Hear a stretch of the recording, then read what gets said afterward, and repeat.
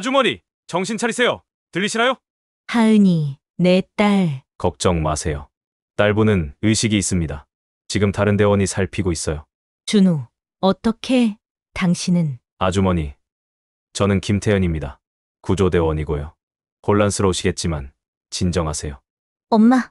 엄마 괜찮아요? 태연 씨, 아이는 팔골절 외에는 괜찮아 보입니다. 빨리 이송해야 해요. 아주머니, 곧 병원으로 이동할 거예요. 버티세요. 당신 정말 준우 맞아. 같은 눈, 같은 목소리. 의식이 떨어집니다. 산소 마스크 금지하세요. BP 9060 맥박 약합니다. 지금 바로 이송합시다. 버티세요. 빗물이 창문을 거세게 두드렸습니다. 와이퍼가 미친 듯이 움직이는데도 시야는 여전히 흐릿했어요. 소연은 핸들을 꽉 움켜쥐었습니다. 손바닥에 땀이 배어나왔죠. 조금만 참아, 하은아. 곧 집에 도착할 거야. 소연의 목소리에는 불안함이 묻어 있었습니다. 이런 날씨에 운전하는 건 정말 싫었어요. 비가 내리는 날이면 5년 전 그날의 기억이 되살아났으니까요. 뒷좌석에서 하은이 움직였습니다. 10살 배기 딸의 얼굴에는 여전히 기쁨이 가득했어요. 엄마, 오늘 학원에서 환경 포스터 그리기 대회에서 1등 했어요. 하은이 자랑스럽게 말했습니다. 작은 손으로 상장을 꼭 쥐고 있었죠. 소연은 룸미러로 딸의 모습을 바라보며 미소 지었습니다. 하은은 정말 준호를 닮았어요. 같은 눈매, 같은 미소, 그리고 환경에 대한 같은 열정까지. 가슴 한구석이 아려왔습니다. 준호가 살아있었다면 얼마나 기뻐했을까. 그 생각만으로도 목이 메어왔어요. 우리 하은이 정말 대단하네. 아빠를 닮아 환경도 사랑하고 그림도 참 잘 그리는구나. 말을 마치자마자 소연의 가슴이 철렁 내려앉았습니다. 아빠 얘기를 꺼내지 말아야 했는데 하은이 아직 어릴 때 준호가 세상을 떠났으니 아빠에 대한 기억이 거의 없었거든요. 예상대로 하은의 눈이 동그랗게 커졌습니다. 엄마, 아빠는 어떤 사람이었어요? 정말 저처럼 그림 잘 그렸어요? 소연의 심장이 아프게 조여들었습니다. 매일 밤 준호의 이야기를 들려주었지만 그것만으로는 부족했어요. 살아있는 아버지의 사랑을 대신할 수 없었으니까요. 목을 가다듬었습니다. 아빠는 정말 멋진 사람이었어. 환경공학자로 일하면서 세상을 더 깨끗하게 만들려고 노력했지. 항상 웃으면서 사람들을 도와주었고 갑자기 강렬한 빛이 소연의 눈을 찔렀습니다. 반대편 차선에서 다가오는 차의 헤드라이트였어요. 순간적으로 눈이 멀었고 소연은 본능적으로 핸들을 틀었습니다.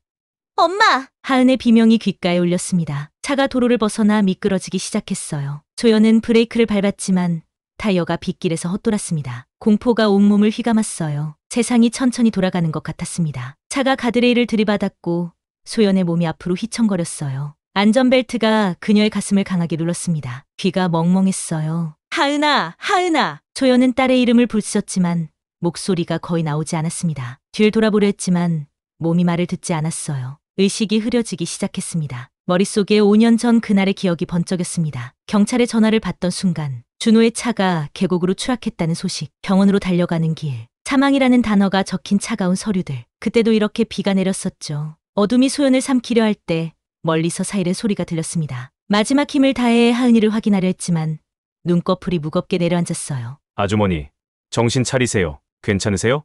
누군가의 목소리가 소연을 어둠에서 끌어냈습니다. 빗물과 눈물이 뒤섞인 시야 너머로 한 구조대원의 얼굴이 보였어요. 헬멧과 장비에 가려진 얼굴이었지만 그 눈빛은 너무나 익숙했습니다. 가슴이 쿵 내려앉았어요. 시간이 멈춘 것 같았습니다. 그 눈빛, 그 윤곽, 준호였습니다. 5년 전 사고로 세상을 떠난 남편의 얼굴이었어요.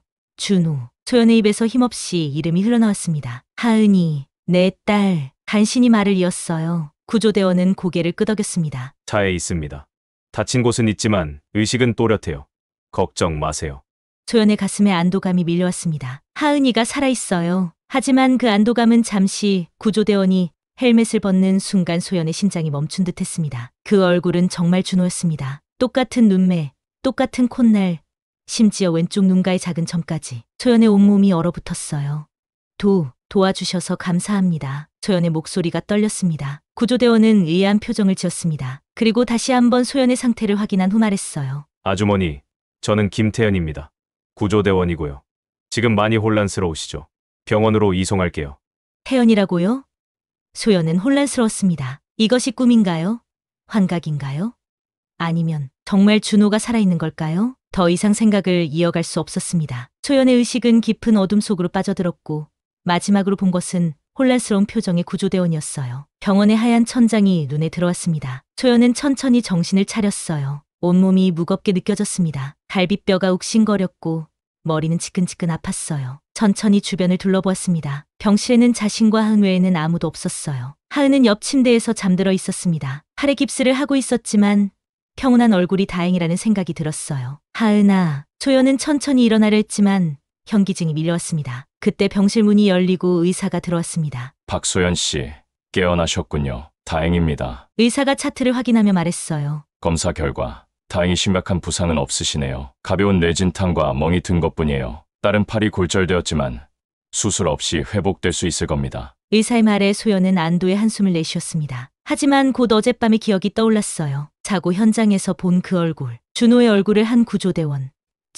어제 저희를 구조해준 구조대원에 대해 알 수 있을까요? 의사는 고개를 갸웃거렸습니다. 죄송합니다만 그런 정보는 제가 드릴 수 없네요. 하지만 경찰이 조금 전에 와서 사고 경위를 조사하고 싶다고 했습니다. 그분들께 여쭤보시는 게 좋겠군요. 의사의 말이 끝나자마자 문이 열리고 경찰이 들어왔습니다. 제복을 입은 젊은 경찰관이었어요. 안녕하세요.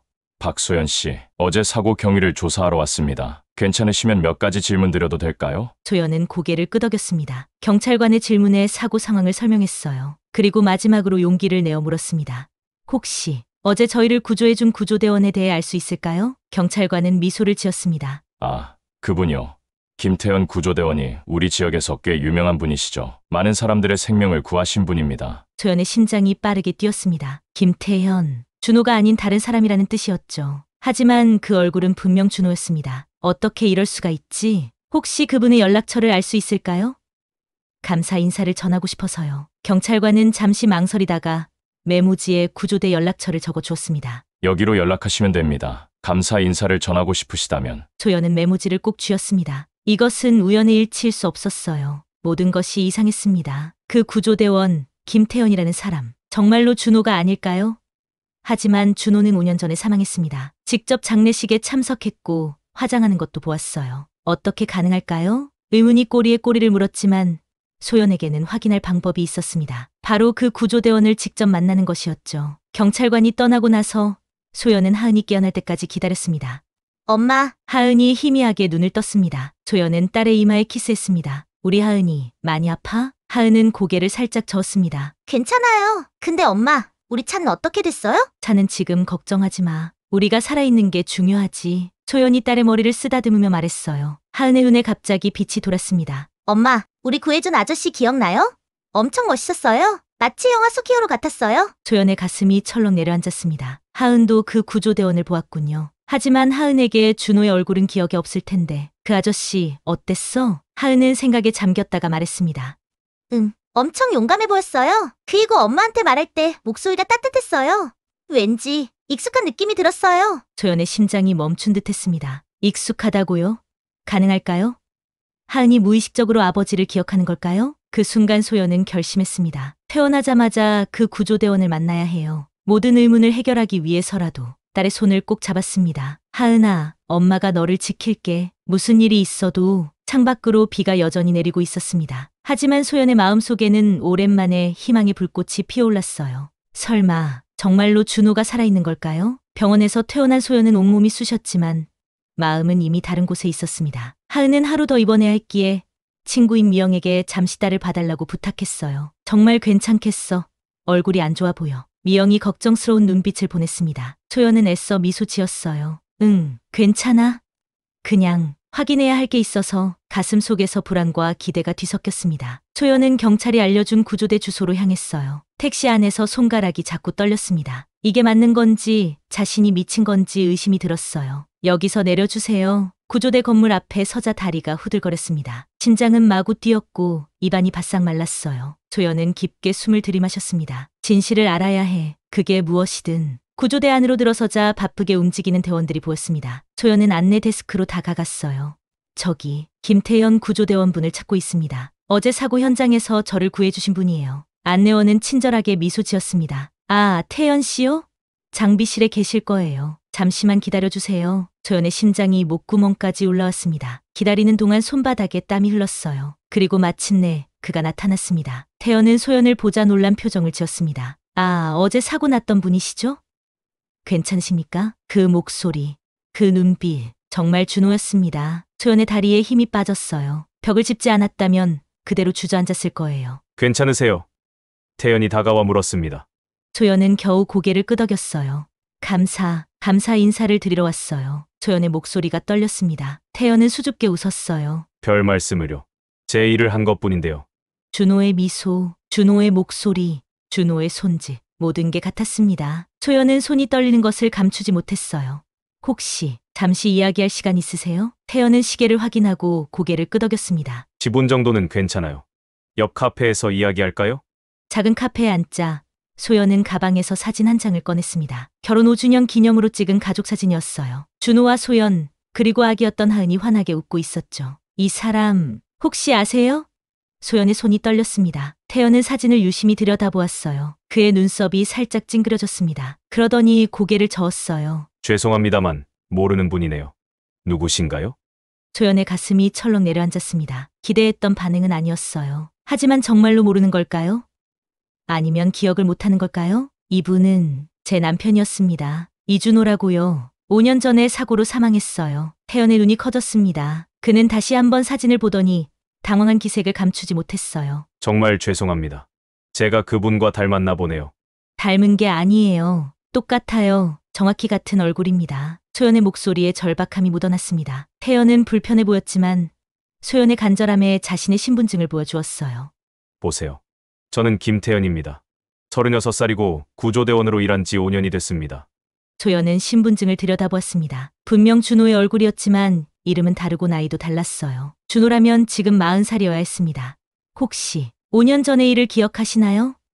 그때 어디서 무슨 일을 하셨는지. 태연의 표정이 변했습니다. 그는 잠시 생각에 잠겼다가 깊은 한숨을 내쉬었어요. 사실은 5년 전의 일은 잘 기억나지 않습니다. 제가 5년 전에 사고를 당해서 기억을 많이 잃었거든요. 소연의 심장이 빠르게 뛰었습니다. 눈앞이 아찔했어요. 5년 전 사고, 기억 상실. 이건 우연일 수 없었습니다. 그럼 당신의 과거나 가족에 대해서는 어떻게 아신 거죠? 태연은 어깨를 으쓱했습니다. 형이 알려줬어요. 형과 함께 살았다고 하더군요. 부모님은 일찍 돌아가셨고. 소연은 손에 쥐고 있던 컵을 꽉 잡았습니다. 손마디가 하얗게 변했어요. 혹시 그 형의 이름이 이민석인가요? 태연이 놀란 표정을 지었습니다. 어떻게 아셨죠? 네, 제 형은 이민석입니다. 소연의 머릿속에서 천둥이 쳤습니다. 이민석은 준호의 형이었어요. 대기업 화학부문 부사장으로 성공한 형이었죠. 이건 결코 우연일 수 없었습니다. 마지막으로 한 가지만 더. 혹시 당신의 왼쪽 어깨에 작은 흉터가 있나요? 화상으로 인한 것처럼 생긴. 태연은 소연을 의심스러운 눈으로 바라보았습니다. 그러더니 천천히 셔츠 소매를 걷었어요. 왼쪽 어깨에는 분명한 화상 흉터가 있었습니다. 어떻게 아셨죠? 태연의 목소리에 경계심이 서렸습니다. 소연의 눈에 눈물이 고였습니다. 손이 떨려 컵을 내려놓았어요. 그건 준호가 8살 때 다친 흉터예요. 불꽃놀이 하다가 화상을 입었다고 했어요. 그건 준호만 가지고 있는 흉터입니다. 태연의 얼굴이 창백해졌습니다. 그는 소매를 내리며 고개를 저었어요. 이건 이상해요. 제 형은 어릴 때 요리하다 다친 거라고 했는데. 침묵이 두 사람 사이에 무겁게 내려앉았습니다. 태연의 핸드폰이 진동했어요. 화면을 보자 그의 표정이 굳었습니다. 형이네요. 죄송합니다만 이만 가봐야 할 것 같습니다. 소연은 급하게 종이에 자신의 연락처를 적었습니다. 제 연락처예요. 혹시라도 더 이야기하고 싶으시면 언제든 연락 주세요. 태연은 망설이다가 종이를 받았습니다. 그의 눈에는 혼란스러움이 가득했어요. 구조대를 나온 소연은 머릿속이 복잡했습니다. 이제 확신이 생겼어요. 김태연은 이준호였습니다. 그녀의 남편이었죠. 하지만 어떻게 이런 일이 가능할까요? 준호는 분명히 사망했습니다. 장례식도 치렀어요. 다음 목적지는 경찰서였습니다. 소연은 준호의 사고 기록을 확인해야 했어요. 5년 전 교통사고 기록을 확인하고 싶습니다. 제 남편의 사고였어요. 이준호라고요. 담당 경찰관인 김경희가 컴퓨터로 기록을 확인했습니다. 그녀는 소연을 안내실로 데려갔어요. 박소연 씨, 안녕하세요. 남편분의 사고 기록을 찾으신다고요? 소연은 고개를 끄덕였습니다. 네, 이준호라고요. 5년 전에 교통사고로 사망했습니다. 경희는 파일을 펼쳐 소연에게 보여주었습니다. 사고 당시의 보고서, 사진, 그리고 결론. 준호의 차가 폭우 속에서 산길을 달리다 절벽에서 추락했고 차는 발견되었지만 시신은 찾지 못했다는 내용이었어요. 소연의 머릿속에 번개가 쳤습니다. 잠깐만요. 시신을 못 찾았다고요? 그런데 어떻게 사망 확인이 된 겁니까? 경희는 입술을 굳게 다물었다가 말했습니다. 당시 상황으로는 생존이 불가능했습니다. 차가 깊은 계곡으로 추락했고 완전히 파괴되었어요. 차 안에서 다량의 혈흔이 발견되었죠. DNA 검사 결과 남편분의 것으로 확인되었습니다. 조연은 머리가 어지러웠습니다. 시신이 없었는데도 준호가 사망 처리되었다니. 그렇다면 지금 김태현으로 살고 있는 사람이 준호의 가능성은 더욱 커졌어요. 그런데 마지막 페이지에서 한 가지 이상한 점을 발견했습니다. 이 서명, 이민석의 서명인데 왜 남편의 형이 이런 서류에 서명을 한 거죠? 경위는 자료를 확인하고 설명했습니다. 아, 이건 유족 확인서입니다. 가족 중 한 명이 사망 사실을 확인하는 서류죠. 당시 박소연 씨는 출산 직후라 병원에 입원해 계셨다고 기록되어 있네요. 그래서 남편분의 형이 대신 확인한 것 같습니다.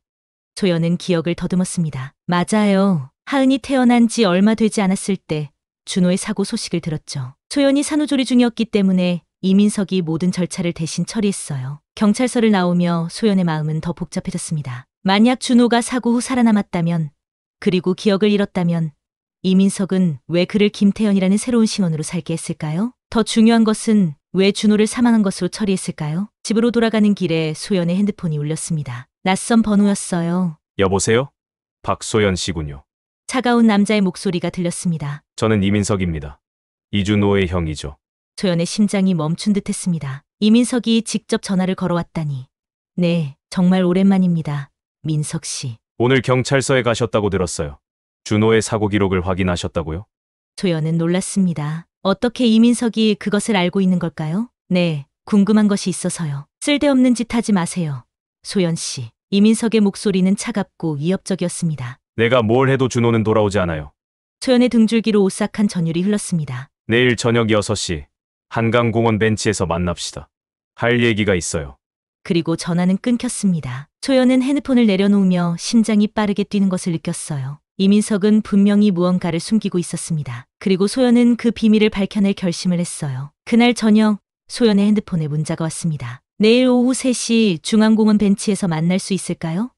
김태연. 소연은 문자를 읽자마자 심장이 빠르게 뛰었습니다. 태연, 아니 준호가 만나자고 하다니. 이제 진실에 한 걸음 더 가까워질 것 같았어요. 소연은 밤새 뒤척였습니다. 머릿속에서 퍼즐 조각들이 맞춰지기 시작했지만 여전히 큰 그림은 보이지 않았어요. 아침이 밝자마자 소연은 준호의 주치의였던 김현우 박사를 만나기로 결심했습니다. 병원에 도착한 소연은 접수대에서 김 박사와의 면담을 요청했어요. 기다리는 동안 손가락으로 의자 팔걸이를 계속 두드렸습니다. 심장이 너무 빨리 뛰어 숨이 가빴어요. 박소연 씨, 간호사가 불렀습니다. 소연은 깊은 숨을 들이마시고 김 박사의 진료실로 들어갔어요. 그는 책상 앞에 앉아 있었습니다. 50대 중반의 김 박사는 소연을 보자 놀란 표정을 지었어요. 소연 씨, 오랜만입니다. 어떻게 지내셨어요? 그의 목소리에는 어색함이 묻어 있었습니다. 소연은 조심스럽게 의자에 앉았어요. 그냥 그렇게 지냈어요, 선생님. 사실 남편에 대해 물어볼 것이 있어서 왔습니다. 김 박사의 표정이 굳었습니다. 그는 안경을 조절하며 시선을 피했어요. 이준호 씨요. 벌써 5년이 지났는데. 네, 맞아요. 조연은 호흡을 가다듬었습니다. 혹시 준호 씨가 사망한 것을 직접 확인하셨나요? 김 박사는 의아한 표정을 지었어요. 아니요. 직접 확인하지는 않았습니다. 사고 당시 제가 해외 학회에 참석 중이었거든요. 돌아왔을 때는 이미 모든 절차가 끝난 상태였어요. 이민석 씨가 모든 것을 처리했다고 들었습니다. 조연의 의심이 더 깊어졌습니다. 눈앞에 안개가 걷히는 것 같았어요. 혹시 기억상실에 관련된 환자 기록이 있을까요? 5년 전쯤에 입원했을 사람이요. 김 박사는 고개를 젓습니다. 그런 정보는 의료 기밀이라 공개할 수 없습니다. 죄송합니다. 조연은 실망했지만 이해했어요. 그녀는 마지막으로 한 가지 질문을 더 했습니다. 혹시 김태연이라는 환자를 아시나요? 김 박사의 표정이 순간 굳었습니다. 그의 눈이 흔들렸어요. 그리고 곧 평온한 표정으로 돌아왔지만 소연은 그 순간의 변화를 놓치지 않았습니다. 아니요. 그런 이름은 기억나지 않네요. 왜 물으시는 거죠? 소연은 억지로 미소 지었습니다. 아, 그냥 궁금해서요. 시간 내주셔서 감사합니다, 선생님. 병원을 나오며 소연은 김 박사의 반응이 이상했다고 생각했습니다. 그는 분명 김태연이라는 이름을 듣고 동요했어요. 무언가 알고 있는 것이 분명했습니다. 중앙공원에 도착한 소연은 약속한 벤치에 앉아 기다렸습니다. 시간이 조금 일러서 주변을 둘러보니 아이들이 뛰어노는 모습이 보였어요. 준호와 함께 이곳에 자주 왔던 기억이 물밀듯이 밀려왔습니다. 그 그네에서 하은이 처음 태웠었지. 소연은 중얼거렸어요. 가슴이 뭉클했습니다. 박소연 씨. 태연의 목소리에 소연은 고개를 들었습니다. 그는 평범한 청바지와 셔츠 차림이었지만 준호가 즐겨 입던 스타일과 비슷했어요. 소연의 심장이 뛰었습니다. 태연은 소연 옆에 조심스럽게 앉았습니다. 그들은 잠시 말없이 앞에 펼쳐진 풍경을 바라보았어요. 여기. 전에 와 본 적이 있는 것 같아요. 태연이 먼저 입을 열었습니다. 소연은 놀란 눈으로 그를 바라보았어요. 정말요? 기억나는 게 있나요? 태연은 고개를 저었습니다. 아니요. 확실하진 않아요. 그냥 느낌이 익숙하다는 거죠. 소연은 희망을 품었습니다. 준호의 기억이 조금씩 돌아오고 있는 것일까요? 여기는 우리가 자주 오던 곳이에요. 당신이 준호였을 때 우리는 여기서 많은 시간을 보냈어요. 하은이 태어나기 전에 이 벤치에 앉아 미래에 대한 꿈을 나누곤 했죠. 태연은 말없이 주변을 둘러보았습니다. 그의 눈에 복잡한 감정이 어려 있었어요. 저, 당신의 딸을 만나고 싶습니다. 소연은 놀랐습니다. 그가 하은을 보고 싶어 한다니. 정말요? 어제 꿈에서 본 아이가 당신의 딸과 비슷했어요. 다시 한번 만나보고 싶어요. 뭔가 어디서 본 것 같아 이상해요. 소연은 잠시 망설였습니다. 하은에게 이 상황을 어떻게 설명해야 할지 고민이 되었어요. 하지만 하은이 아버지를 만난다면, 아니 아버지처럼 생긴 사람을 만난다면 어떤 반응을 보일까요? 좋아요. 오늘 저녁에 우리 집에 오세요. 하은이를 만날 수 있어요. 태연은 고개를 끄덕였습니다. 그리고 갑자기 물었어요. 당신은 왜 이렇게까지 하는 겁니까? 만약 제가 당신 남편이 아니라면요? 소연은 깊은 숨을 내쉬었습니다. 목 안쪽이 뜨거워졌어요. 당신은 제 남편이에요. 저는 그걸 압니다. 그리고 당신이 기억을 되찾든 못 찾든 진실은 알아야 한다고 생각해요. 우리 모두를 위해서. 태연은 침묵했습니다. 그리고 조용히 말했어요. 형에 대해서 얘기해 주세요. 이민석에 대해서요.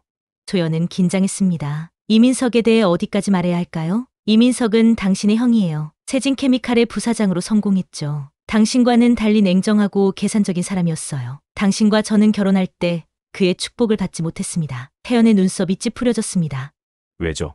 그는 당신이 자신의 회사에서 일하길 원했어요. 하지만 당신은 자신의 길을 가길 원했죠. 환경공학자가 되어 자신만의 연구를 하고 싶어 했으니까요. 이민석은 그것을 이해하지 못했어요. 태연은 생각에 잠겼습니다. 그리고 갑자기 깜짝 놀란 표정을 지었어요. 형이 저에게 말했던 것과 달라요. 그는 제가 항상 그의 사업을 돕고 싶어 했다고 했어요. 그리고 사고 전에 우리는 아주 친했다고. 소연은 쓴웃음을 지었습니다. 그건 사실이 아니에요. 당신과 이민석은 사이가 좋지 않았습니다. 특히 당신이 제게 프로포즈한 후로는요. 태연은 혼란스러워 보였습니다. 그는 머리를 감싸 쥐었어요. 왜 내게 거짓말을 했을까요? 무엇을 숨기려는 걸까? 그때 갑자기 태연의 핸드폰이 울렸습니다. 화면에는 형이라는 단어가 떠 있었죠. 이민석이었습니다. 소연은 태연에게 받지 말라는 신호를 보냈지만 그는 이미 전화를 받았어요. 네. 형, 무슨 일이세요? 소연은 태연의 표정이 점점 굳어가는 것을 보았습니다. 지금요? 하지만 알겠습니다. 곧 가겠습니다. 태연은 전화를 끊고 소연을 바라보았습니다. 형이 급하게 만나자고 해요. 무슨 중요한 이야기가 있대요. 소연은 불안해졌습니다. 이민석이 무슨 생각을 하고 있는 걸까요? 조심하세요. 그리고 오늘 저녁에 꼭 와주세요. 하은이 5시에 학교에서 돌아와요. 태연은 고개를 끄덕였습니다. 꼭 갈게요. 그리고 감사합니다. 나를 믿어줘서요.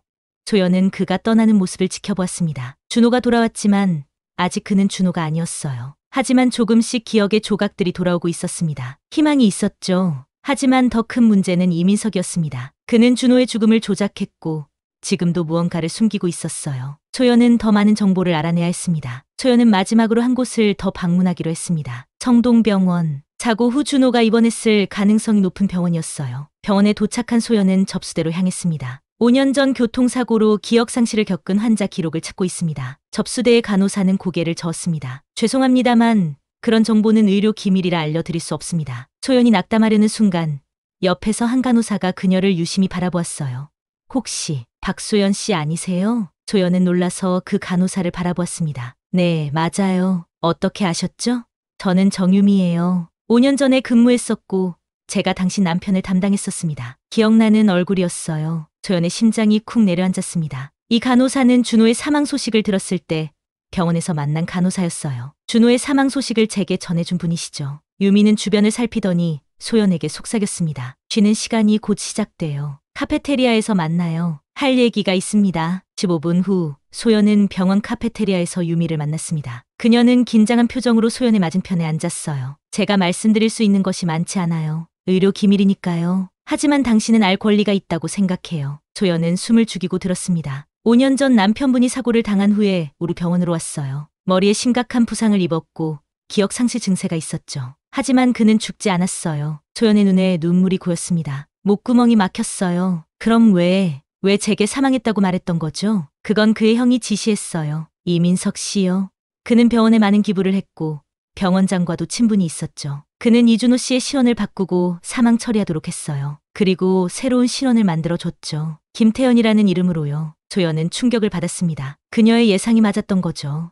왜 이민석이 그런 짓을 한 거죠? 유미는 고개를 저었습니다. 그건 저도 모르겠어요. 그냥 병원장의 지시에 따랐을 뿐이에요. 하지만 김태연 씨가 퇴원한 후에 병원 기록 일부가 사라졌어요. 모든 것이 지워진 거죠. 조연은 머리가 어지러웠습니다. 너무 많은 정보가 한꺼번에 밀려왔어요. 이 일을 아는 사람이 또 있나요? 아니요. 거의 없을 거예요. 이민석 씨가 철저하게 비밀을 지키도록 했으니까요. 저는 우연히 알게 된 거죠. 그리고 양심의 가책을 느껴왔어요. 당신에게 진실을 말하지 못한 것이 항상 마음에 걸렸습니다. 조연은 간호사의 손을 꼭 잡았습니다. 눈물이 뺨을 타고 흘러내렸어요. 고마워요, 유미 씨. 정말 감사합니다. 유미는 마지막으로 한 가지를 더 말했습니다. 남편분, 아니 김태연 씨는 형의 지시로 지속적인 약물 치료를 받았어요. 기억을 억제하는 약물이었죠. 이민석 씨는 의사들에게 이준호 씨의 기억이 돌아오지 않도록 약물 치료를 요청했어요. 조연은 분노로 몸을 떨었습니다. 이민석은 준호의 기억을 의도적으로 억제했던 것이었어요. 그 약물 치료는 언제까지 계속됐나요? 태어날 때까지요. 그 이후에는 모르겠어요. 하지만 시간이 지나면 약물의 효과는 사라지게 되어 있어요. 어쩌면 그래서 지금 그의 기억이 조금씩 돌아오고 있는지도 모르겠네요. 조연은 이제 모든 것이 맞아떨어지는 듯했습니다. 준호는 살아있었고 이민석은 그의 기억을 억제하고 새로운 신원을 만들어 그를 숨겼던 것이었어요. 하지만 왜 그랬을까요? 무엇을 숨기려고 했던 걸까요? 집으로 돌아가는 길에 소연의 마음은 복잡했습니다. 오늘 밤 태연이 오면 이 모든 진실을 그에게 말해야 할까요? 그가 받아들일 수 있을까요? 무엇보다 하은에게는 어떻게 설명해야 할까요? 조연은 깊은 숨을 내쉬었습니다. 어떤 일이 일어나든 이제 뒤로 물러설 수 없었어요. 진실을 향한 그녀의 여정은 이제 막 시작되었습니다. 저녁 8시, 소연은 초조하게 현관문 앞에서 서성이고 있었습니다. 하은은 친구의 생일 파티에 가서 9시에 데려오기로 했어요. 태연, 아니 준호에게 모든 진실을 말할 시간이 필요했습니다. 초인종이 울렸습니다. 소연의 심장이 쿵쾅거렸어요. 문을 열자 태연이 서 있었습니다. 그의 얼굴은 지쳐 보였고 눈가에는 불안한 그림자가 드리워져 있었어요. 들어오세요. 조연이 말했습니다. 태연은 조용히 들어와 거실 소파에 앉았습니다. 그의 손가락이 무릎 위에서 불안하게 움직였어요. 괜찮으세요? 소연이 물었습니다. 태연은 깊은 한숨을 내쉬었습니다. 아니요. 전혀 괜찮지 않아요. 머릿속이 너무 혼란스러워요. 조연은 태연의 맞은편에 앉았습니다. 심장이 마구 뛰었어요. 무슨 일이 있었나요? 형과 만났어요? 태연은 고개를 끄덕였습니다. 그의 눈빛이 흔들렸어요. 만났어요. 그런데 태연이 말을 멈추고 머리를 감싸쥐었습니다. 갑자기 머릿속에 이미지들이 너무 많이 밀려와요. 마치 오래된 필름이 빠르게 돌아가는 것 같아요. 조연은 숨을 멈췄습니다. 이것은 기억이 돌아오는 신호일까요? 어떤 이미지들인가요? 소연이 조심스럽게 물었습니다. 태연은 눈을 꼭 감았다가 열었습니다. 그의 목소리가 떨렸어요. 물, 강물, 그리고 검은 액체. 제가 무언가를 채취하고 있어요. 샘플인가? 그리고 회의실. 누군가와 격렬하게 다투고 있어요. 조연의 가슴이 두근거렸습니다. 준호의 기억이 확실히 돌아오고 있었어요. 그리고 태연이 갑자기 눈을 크게 뜨며 말했습니다. 세진 케미칼, 형의 회사예요. 제가 그곳의 비밀을 알아냈던 것 같아요. 조연은 몸을 앞으로 기울였습니다. 어떤 비밀인가요? 태연의 눈에 번쩍이는 깨달음이 스쳤습니다. 그는 마치 퍼즐 조각을 맞추듯 천천히 말했어요. 불법 폐수 방류. 세진 케미칼이 유해 화학물질을 강에 몰래 버리고 있었어요. 제가 환경영향 평가를 하던 중 그것을 발견했죠. 조연은 숨을 깊게 들이마셨습니다. 드디어 퍼즐이 맞춰지기 시작했어요. 그래서 사고를 당한 건가요? 소연의 목소리가 떨렸습니다. 태연은 고개를 끄덕였습니다. 그의 얼굴이 창백해졌어요. 그런 것 같아요. 증거를 모아서 환경부에 제출하려고 했어요. 그날, 사고 당일의 마지막 증거를 확보했던 것 같아요. 조연의 눈에 눈물이 고였습니다. 준호가 정의를 위해 싸우다 희생되었다니. 가슴이 아팠어요. 그 증거는 어디 있나요? 아직도 찾을 수 있을까요? 태연은 눈을 감고 집중했습니다. 이마에 주름이 깊게 패였어요. 연구실. 제 연구실에 보관했던 것 같아요. 특수 냉장고에 오염된 물 샘플과 분석 데이터를. 조연은 벌떡 일어났습니다. 준호의 연구실, 아직 그대로 있어요. 당신이 실종된 후 저는 그곳을 그대로 보존했어요. 중요한 연구 자료가 있을까봐. 태연의 눈이 희망으로 빛났습니다. 조연은 서둘러 차키를 집어들었어요. 지금 바로 가봐요. 하은이는 9시에 데려오기로 했으니 시간이 있어요. 대학연구소에 도착한 두 사람은 조용한 복도를 걸었습니다. 조연의 손이 떨렸어요. 5년 동안 이곳에 오지 않았습니다. 너무 아픈 기억들이 있었으니까요. 준호의 연구실 문 앞에 서자 소연의 심장이 빠르게 뛰었습니다. 열쇠를 꺼내 문을 열었어요. 먼지 쌓인 어두운 공간이 그들을 맞이했습니다. 전원을 켤게요. 조연이 스위치를 올렸습니다. 형광등이 깜빡이며 켜졌습니다. 책상, 서류, 컴퓨터, 모든 것이 5년 전 그대로였어요. 마치 시간이 멈춘 것 같았습니다. 태연은 천천히 연구실을 둘러보았습니다. 그의 눈에 익숙함이 어렸어요. 손가락으로 책상을 쓸며 중얼거렸습니다. 여기. 정말 익숙해요. 이 공간에서 많은 시간을 보냈던 것 같아요. 조연은 조용히 지켜보았습니다. 준호의 기억이 돌아오고 있었어요. 태연은 갑자기 연구실 구석에 있는 특수 냉장고를 향해 걸어갔습니다. 마치 몸이 기억하는 것처럼 자연스러운 움직임이었어요. 여기. 태연이 냉장고 앞에 멈춰섰습니다. 비밀번호는 그는 잠시 눈을 감았습니다. 이마에 땀이 맺혔어요. 503점. 태연이 숫자를 눌렀습니다. 우리 결혼기념일이에요. 조연의 가슴이 뭉클해졌습니다. 준호가 돌아오고 있었어요. 냉장고 문이 열리자 작은 샘플 튜브들이 정렬된 넥이 보였습니다. 태연은 손을 뻗어 특별히 표시된 튜브들을 꺼냈어요. 이겁니다. 세진 케미칼 폐수 샘플이에요. 그리고 태연은 냉장고 아래쪽 서랍을 열었습니다. 여기 분석 데이터와 GPS 좌표도 있어요. 조연은 감정이 북받쳐 올랐습니다. 이것이 준호가 목숨을 걸고 지키려 했던 증거였어요. 태연은 서류들을 책상에 펼쳤습니다. 그의 눈빛이 점점 더 또렷해졌어요. 환경공학자의 전문적인 눈으로 데이터를 검토하기 시작했습니다. 이건 중금속 분석 결과예요. 납, 수은, 카드뮴 수치가 법정 기준의 50배를 넘어요. 그리고 이건 태연이 다른 문서를 집어들었습니다. 세진 케미칼만의 특허 화학물질 SC37의 흔적이에요. 조연은 그가 전문 용어를 사용하며 데이터를 해석하는 모습을 지켜보았습니다. 태연의 목소리와 손짓이 점점 더 준호를 닮아가고 있었어요. 이 특허 물질은 일반 수질 검사에서는 감지되지 않아요. 하지만 제가 개발한 특수 분석법으로는 명확하게 나타납니다. 이 샘플은 세진 케미칼에서 나온 것임을 100% 증명해요. 태연은 컴퓨터를 켜고 패스워드를 자연스럽게 입력했습니다. 화면이 켜지자 더 많은 파일들이 나타났어요. 여기 있어요. 5년간의 불법 방류 기록, 피해 지역 주민들의 건강 데이터, 그리고 태연의 목소리가 떨렸습니다. 형과 나눈 대화 녹음 파일까지. 조연은 놀랐습니다. 녹음 파일이요? 태연은 고개를 끄덕이며 파일을 클릭했습니다. 이민석의 목소리가 연구실에 울려 퍼졌어요. 이 일은 그냥 넘어가. 회사가 얼마나 많은 투자를 했는데 그 정도 환경 영향은 감수해야 해. 내가 이걸 공개하면 수천 명이 일자리를 잃게 될 거야. 이어서 준호의 목소리가 들렸습니다. 형, 이건 단순한 환경 문제가 아니야. 사람들이 병들고 있어. 아이들이 아파. 이건 범죄라고. 녹음이 끝나자 태연의 얼굴이 창백해졌습니다. 기억의 파편들이 완전한 그림으로 맞춰지고 있었어요. 이제 기억나요. 태연의 목소리가 떨렸습니다. 사고 당일, 저는 최종 증거를 확보하고 돌아오는 길이었어요. 형에게 전화해서 환경부에 모든 것을 제출할 거라고 경고했죠. 조연은 입술을 깨물었습니다. 그래서 이민석이. 태연은 천천히 고개를 끄덕였습니다. 그가 나를 막으려 했던 것 같아요. 사고는 우연이 아니었어요. 조연의 가슴이 무너져 내렸습니다. 자신의 동생까지 해치려 했다니. 너무 끔찍했어요. 태연은 갑자기 일어나 연구실 벽에 걸린 화이트보드로 다가갔습니다. 그는 보드 뒤쪽을 살폈어요. 여기. 태연이 보드 뒤에서 작은 USB 드라이브를 꺼냈습니다. 모든 데이터의 백업이에요. 만약의 경우를 대비해 숨겨놓았던 거예요. 조연은 희망이 차올랐습니다. 이제 그들에게는 이민석과 세진 케미칼의 범죄를 증명할 완벽한 증거가 있었어요. 이제 어떻게 해야 할까요? 소연이 물었습니다. 태연은 단호한 표정으로 말했습니다. 경찰에 가야 해요. 하지만 일반 경찰이 아니라 환경범죄 특별수사팀에 가야 합니다. 그들은 이런 증거의 중요성을 이해할 거예요. 조연은 고개를 끄덕였습니다. 하지만 불안한 생각이 들었어요. 이민석이 가만히 있지 않을 거예요. 그는 힘 있는 사람이고 우리를 위험에 빠뜨릴 수도 있어요. 태연의 눈에 결연한 빛이 돌았습니다. 더 이상 도망칠 수 없어요. 진실이 밝혀져야 해요. 많은 사람들이 아직도 고통받고 있으니까요. 그의 목소리는 이제 완전히 준호의 것이었습니다. 정의감에 불타는 소연이 사랑했던 그 준호였어요. 당신, 기억이 돌아왔나요?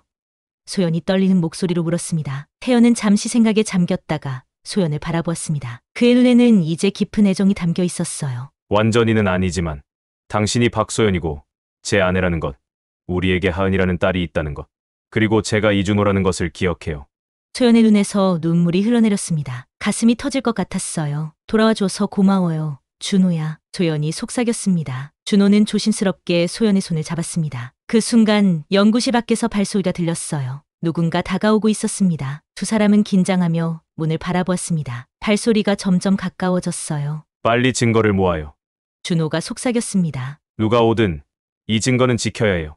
소연은 서둘러 샘플과 문서를 가방에 넣기 시작했습니다. 준호는 컴퓨터에서 파일을 USB에 복사했어요. 문 손잡이가 돌아갔습니다. 두 사람의 심장이 멈춘 듯 했어요. 이제 그들은 5년 동안 숨겨져 있던 진실을 밝힐 준비가 되었습니다. 어떤 대가를 치르더라도. 문이 열리는 순간 소연과 준호는 숨을 멈췄습니다. 문틈으로 보이는 실루엣은 너무나 익숙했어요. 이민석이었습니다. 역시 여기 있었군.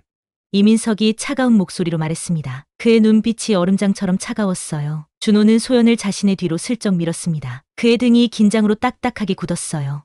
형. 이제 모든 걸 기억해요. 준호의 목소리는 흔들리지 않았습니다. 세진 케미칼의 불법 폐수 방류, 그리고 내가 그 증거를 찾아냈다는 것까지. 이민석의 입가에 쓴웃음이 맴돌았습니다. 그는 천천히 연구실로 들어와 문을 닫았어요. 그래. 내가 기억을 되찾고 있다는 건 알고 있었어. 약물 효과가 서서히 사라지니까. 그의 목소리에는 체념이 묻어 있었습니다. 하지만 5년이면 충분히 길었지. 그 시간 동안 모든 흔적을 지웠으니까. 소연의 심장이 빠르게 뛰었습니다. 그녀는 조심스럽게 준호 옆으로 나왔어요. 모든 흔적을 지웠다고요? 무슨 의미죠? 이민석은 냉소적인 미소를 지었습니다. 회사 기록, 환경 측정 데이터, 폐수 처리 시스템. 모든 것을 바꿨어. 이제 당신들이 가진 증거는 쓸모없어. 준호는 고개를 저었습니다. 그의 눈에 확신이 빛났어요. 아니야. 형, 당신이 모르는 게 있어. 준호는 가방에서 샘플 튜브를 꺼냈습니다. 이 샘플 속의 SC37은 세진 케미칼만의 특허 물질이야. 이 물질의 분자 구조는 시간이 지나도 변하지 않아. 그리고 준호는 USB를 들어 보였습니다. 이 안에는 당신과 내가 나눈 대화 녹음, 불법 방류 지점의 GPS 좌표, 그리고 내가 개발한 특수 분석 결과가 있어. 변경된 기록과 비교하면 조작 여부가 명백히 드러나게 돼. 이민석의 얼굴이 창백해졌습니다. 그는 주먹을 꽉 쥐었어요. 넌 항상 그랬지. 뭐든 완벽하게 해내는. 이민석의 목소리가 떨렸습니다. 그래서 널 없애야 했어. 소연의 온몸에 소름이 돋았습니다. 이민석이 자기 동생을 해치려 했다는 고백을 직접 들으니 충격이 더 컸어요. 자기 동생을 해치려고 했다니. 어떻게 그럴 수 있죠? 소연의 목소리가 분노로 떨렸습니다. 이민석은 한숨을 내쉬었습니다. 그의 어깨가 처졌어요. 넌 이해 못할 거야. 회사가 무너지면 수천 명이 일자리를 잃어. 그리고 우리 가족이 일군 모든 것이 한순간에 사라지게 돼. 난 선택을 한 거야. 회사보다 동생의 목숨을 선택했어야죠. 소연이 날카롭게 말했습니다. 이민석은 갑자기 웃음을 터뜨렸습니다. 공허한 웃음이었어요. 사실은 말이야. 내가 준호를 죽이려던 건 아니었어. 그저 겁을 주려고 했던 거지. 하지만 사고가 너무 커져버렸어. 그리고 병원에서 준호가 기억을 잃었다는 소식을 들었을 때 그건 기회였어. 준호의 눈에 슬픔이 어렸습니다. 그래서 내 신원을 바꾸고 새로운 사람으로 만들어버린 거군요. 이민석은 고개를 끄덕였습니다. 김태현. 내가 만든 새 정체성이야. 넌 환경공학자가 아닌 구조대원으로 살면서 더 이상 회사에 위협이 되지 않았지. 완벽한 해결책이었어. 그때 갑자기 연구실 밖에서 발소리가 여러 개 들렸습니다. 소연과 준호는 긴장했지만 이민석의 표정에는 당혹감이 스쳤어요. 문이 열리고 서영사를 비롯한 여러 경찰이 들어왔습니다. 이민석 씨, 체포합니다. 살인미수, 문서 위조, 신원 사칭 교사, 환경법 위반 혐의로요. 소연은 의아했습니다. 그를 어떻게 알고 왔을까요? 서영사가 미소를 지으며 설명했어요. 준호 씨가 연구실 컴퓨터에 접속하는 순간 자동으로 제게 알림이 왔습니다. 5년 전 준호 씨가 만들어둔 보안 장치죠. 준호의 눈이 커졌습니다. 제가 그런 장치를 만들었나요? 서영사는 고개를 끄덕였습니다. 당신은 위험을 예상하고 있었어요. 대학교 선배인 저에게 혹시 모를 상황을 대비해 이런 장치를 설정해둔 거죠. 이민석은 저항 없이 체포되었습니다. 그의 얼굴에는 모든 것이 끝났다는 체념이 어려 있었어요. 경찰서에서 모든 진술을 마친 후 소연과 준호는 임시 안전가옥으로 안내되었습니다. 하은을 데리러 가는 길에 소연은 준호의 손을 꼭 잡았습니다. 그의 손이 따뜻했어요. 이제 어떻게 되는 거죠? 소연이 물었습니다. 준호는 부드럽게 미소 지었습니다. 법적으로 제 신원을 되찾는 절차가 필요해요. 그리고 하은이에게 진실을 말해야겠죠. 소연의 눈에 눈물이 고였습니다. 이런 날이 올 거라고 상상도 못했어요. 친구 집에 도착해 하은을 데리고 안전가옥으로 돌아왔습니다. 작은 거실에서 그들은 처음으로 함께 앉아 이야기를 나누었어요. 하은아, 이 아저씨가 누군지 기억나니? 소연이 조심스럽게 물었습니다. 하은은 고개를 끄덕였습니다. 응, 우리 구해주신 구조대원 아저씨잖아요. 아빠랑 닮았다고 했던. 준호는 깊은 숨을 들이마셨습니다. 그의 눈에 눈물이 고였어요. 하은아, 사실은 내가 내 아빠야. 하은의 눈이 동그랗게 커졌습니다. 그녀는 혼란스러운 표정으로 소연을 바라보았어요. 엄마, 이게 무슨 말이에요? 조연은 딸의 작은 손을 잡았습니다. 정말이야. 하은아, 아빠가 돌아오셨어. 오랫동안 기억을 잃고 계셨지만 이제 돌아오셨어. 하은은 잠시 생각하더니 준호에게 다가갔습니다. 그녀의 눈에는 호기심과 희망이 섞여 있었어요. 정말? 아빠예요? 준호의 눈에서 눈물이 흘러내렸습니다. 그래, 하은아. 내가 너의 아빠야. 오랫동안 기억을 잃고 있었어. 하지만 이제 모든 것이 기억나. 너를 안아봐도 될까? 하은은 조심스럽게 준호에게 다가갔고 그는 딸을 부드럽게 안았습니다. 눈물이 그의 뺨을 타고 흘러내렸어요. 내 딸. 내가 이렇게 컸구나. 조연도 눈물을 참을 수 없었습니다. 이 순간을 얼마나 꿈꿔왔던가요. 가족이 다시 하나가 되는 순간. 한 달 후 준호는 공식적으로 자신의 시원을 되찾았습니다. DNA 검사와 지문 대조도 완료되었죠. 이민석은 재판에서 모든 죄를 인정했고 세진 케미칼은 막대한 벌금과 함께 철저한 조사를 받게 되었어요. 준호와 소연은 환경 NGO에서 함께 일하기 시작했습니다. 그들은 환경오염으로 피해를 입은 지역 주민들을 돕는 프로젝트를 진행했어요. 준호의 환경공학 지식과 소연의 활동가, 경험이 완벽한 조합을 이루었습니다. 하은은 학교에서 직업 소개의 날에 자랑스럽게 준호를 데려왔습니다. 그녀의 눈에는 자부심이 가득했어요. 우리 아빠는 환경을 지키는 영웅이에요. 하은이 반 친구들 앞에서 당당하게 말했습니다. 준호는 아이들에게 환경 보호의 중요성에 대해 쉽게 설명해 주었어요. 그의 이야기에 모든 아이들이 집중했습니다. 소연은 교실 뒤에서 그 모습을 지켜보며 행복한 미소를 지었죠. 그날 저녁 가족은 중앙공원으로 나갔습니다. 5년 전 준호와 소연이 자주 찾던 그 벤치에 앉았어요. 봄날의 따스한 햇살이 그들을 비추었습니다. 와, 나비다. 하은이 기뻐하며 나비를 가리켰습니다. 준호는 작은 노트를 꺼내 하은에게 건넸어요. 이건 자연 관찰 노트야. 내가 보는 모든 생물들을 기록해보렴. 하은은 신이 나서 노트를 받았습니다. 그녀는 곧 공원 곳곳을 다니며 다양한 식물과 곤충들을 관찰하기 시작했어요. 준호는 소연의 손을 잡았습니다. 그의 눈에는 깊은 사랑이 담겨 있었어요. 고마워, 소연아. 내가 없는 동안 하은이를 훌륭하게 키워줘서. 소연은 준호의 손을 꼭 쥐었습니다. 우리 다시 시작할 수 있을까? 준호는 따뜻하게 미소 지었습니다. 우리는 이미 시작했어. 이건 끝이 아니라 새로운 시작이야. 하은이 뛰어와 두 사람 사이에 앉았습니다. 그녀는 자랑스럽게 노트를 보여주었어요. 아빠, 나 벌써 10가지나 찾았어요. 개미, 나비, 무당벌레. 준호는 딸의 머리를 쓰다듬었습니다. 그의 얼굴에는 행복이 가득했어요. 우리 가족 사진 찍을까요?